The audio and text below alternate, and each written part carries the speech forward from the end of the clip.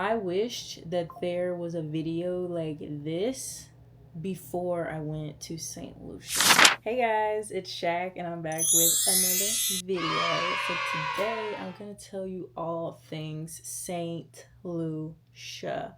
The ins and outs, the crevices, the in-betweens. Okay, I'm gonna give you the tea so that you are prepared for when you travel to St. Lucia. So let's get into the video. So I went to St. Lucia about 2 weeks ago for my 25th period. Let's go, Leo. Shout out to all my Leos out there. And here are 5 things that I wish that I knew before traveling there. Number 1 tip: you cannot drive. Don't attempt to drive. Do not rent a car. If you live in the States, we drive on the right side of the road. They drive on the left side of the road. The roads are very windy, they're very bumpy, they're very hilly.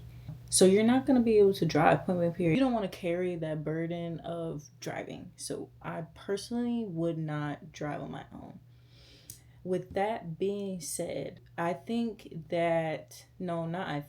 know the traveling is going to be the most expensive. Like taxis, like share. You can get like shared shuttles, which will be a little bit cheaper. But then you would have to go through the process of, say you were getting a shared shuttle from the airport, then you would have to stop at each individual's resort before yours. So hopefully you're the first one, but like who wants to go through all that waiting? Like once you get off the plane, like you're excited to get to the resort as soon as possible. So it's just like, get a taxi. So with that being said, make sure that you contact your resort to see if they have their own taxi service from the airport to the resort. Some resorts do.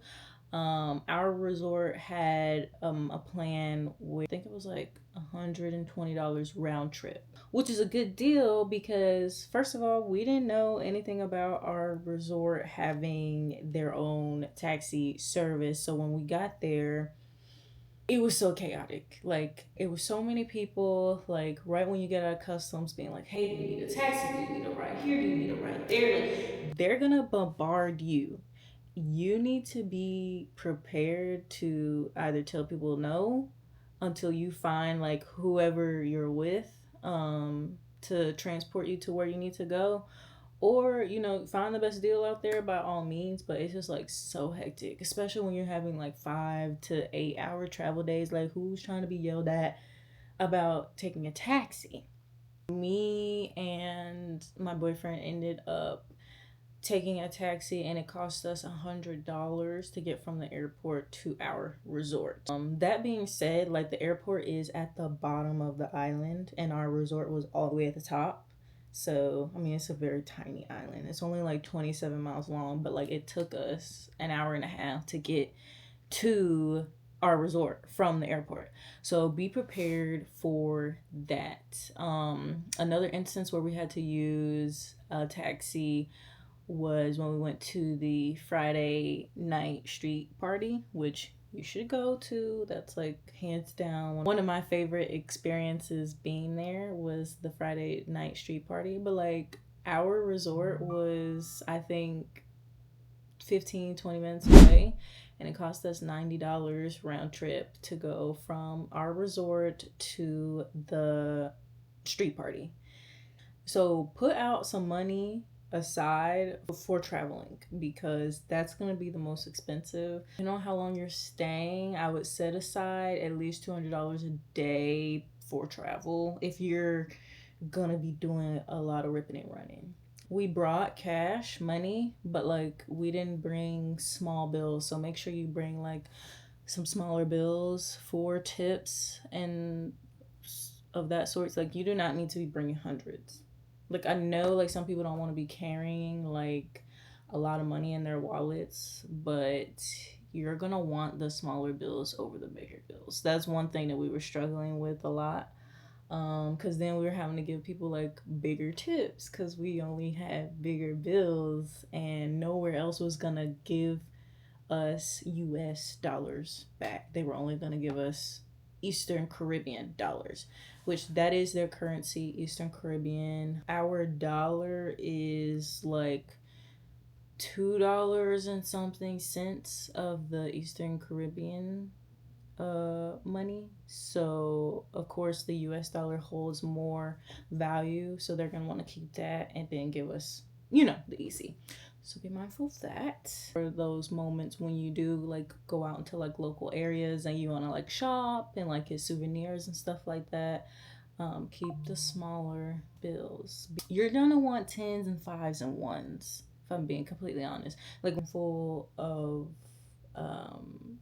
like the amount of cash that you bring, being on like how much shopping that you plan on doing. Now, some places do take card, which is fine, but for the most part, you do want to have the extra backup of cash. My third tip, bless my cousin because she gave me this tip, and I will always use this whenever I go outside the country. But the app is called Mobile Passport Control, and this is an app that you can fill out before coming back to the States, so that when you're going through customs and stuff at the airport, like especially if you're in a busy airport like us, like Atlanta Hartsfield is crazy, okay? Like just insanely busy. So, we got off the plane at like 9 p.m. And of course, there's this long ass line. And we skipped all the people and got into the mobile passport control line because we already filled out what we need to fill out. I think it probably takes like maybe like 10 to 15 minutes to fill out the whole thing. But like it's worth the time because then you're not standing in line for like 30 to 45 minutes. You're standing in line for 10. So I definitely would download that app for any vacation that you're taking outside the country. You have to come back in to custom. My last tip would be to just, if you're staying on a resort, I highly, highly, highly suggest that you go outside the resort and explore like the residential native areas. I know some people like when they go on vacation and they're staying in a resort, yes, they want to use their money's worth because I know you spend a pretty penny at all-inclusive resorts. I get that. But if you're staying like a week, I definitely would have like a day or two where you would like explore the natives, because like the resorts don't have the authentic like flavors and fusions of food that you're gonna find outside of the resort. And I feel like it's a complete waste to go to a different country and only eat resort food. Like what? Like resort food is basically like like we're staying at an American resort. I mean, yes, it's gonna have like bits and pieces of St. Lucian culture like style food, like island style food, but it's not like as authentic as what you would find outside of the resort. So I definitely highly suggest that you go outside the resort. And we went to the Castries market. Castries is the capital.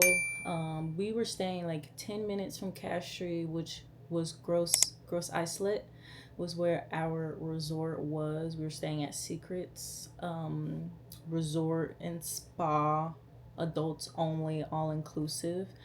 And it was like souvenirs and trinkets. We also got massages out in Castries, just because the massages at the resort, first of all, were booked on the day that I wanted to get massages, which was on my birthday.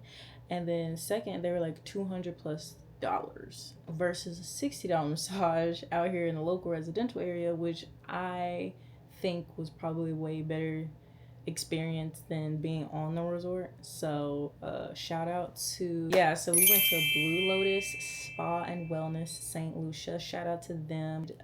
We got a couples massage, so me and my man were really just in that room like so relaxed, so chilled. And when we got out, like we were literally like shining, like glistening like goddesses. Well, and it was $60 per person, so it was 120 USD for our massages versus like 200 plus per person for our massages on the resort. Crazy. So yeah, I just you gotta get outside that resort. Like I know the resort is just so safe, I guess in a way. Like you feel like you're like in a little bubble, but you gotta get outside the resort and experience the actual culture and stuff like that. And also my last thing, so I'm not making this video too long, is that we booked our excursions. Excursions probably gonna be the next highest expense. We did the volcano drive-in mud bath. We did a waterfall. We went to this mineral bath waterfall.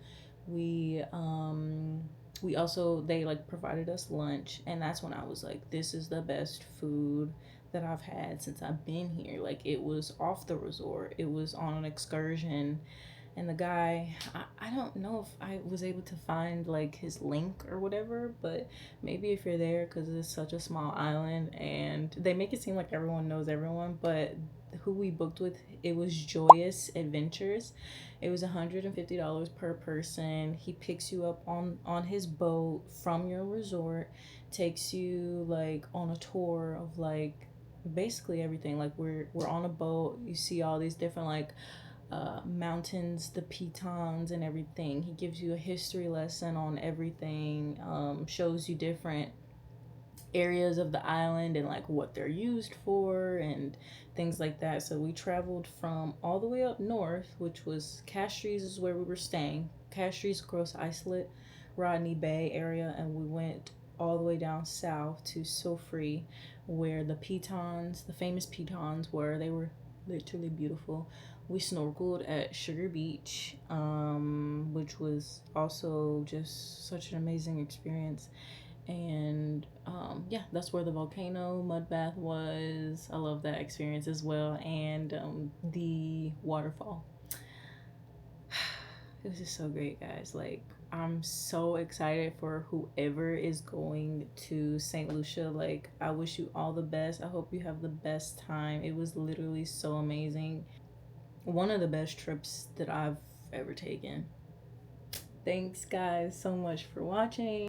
If you have been to St. Lucia and you think that I forgot to add something that's really important, definitely leave it down in the comments for whoever is planning on going on a trip there. Watching the St. Lucia vlogs are coming. Stay tuned. You're not going to want to miss them. They're literally so beautiful. Thank you so much for watching.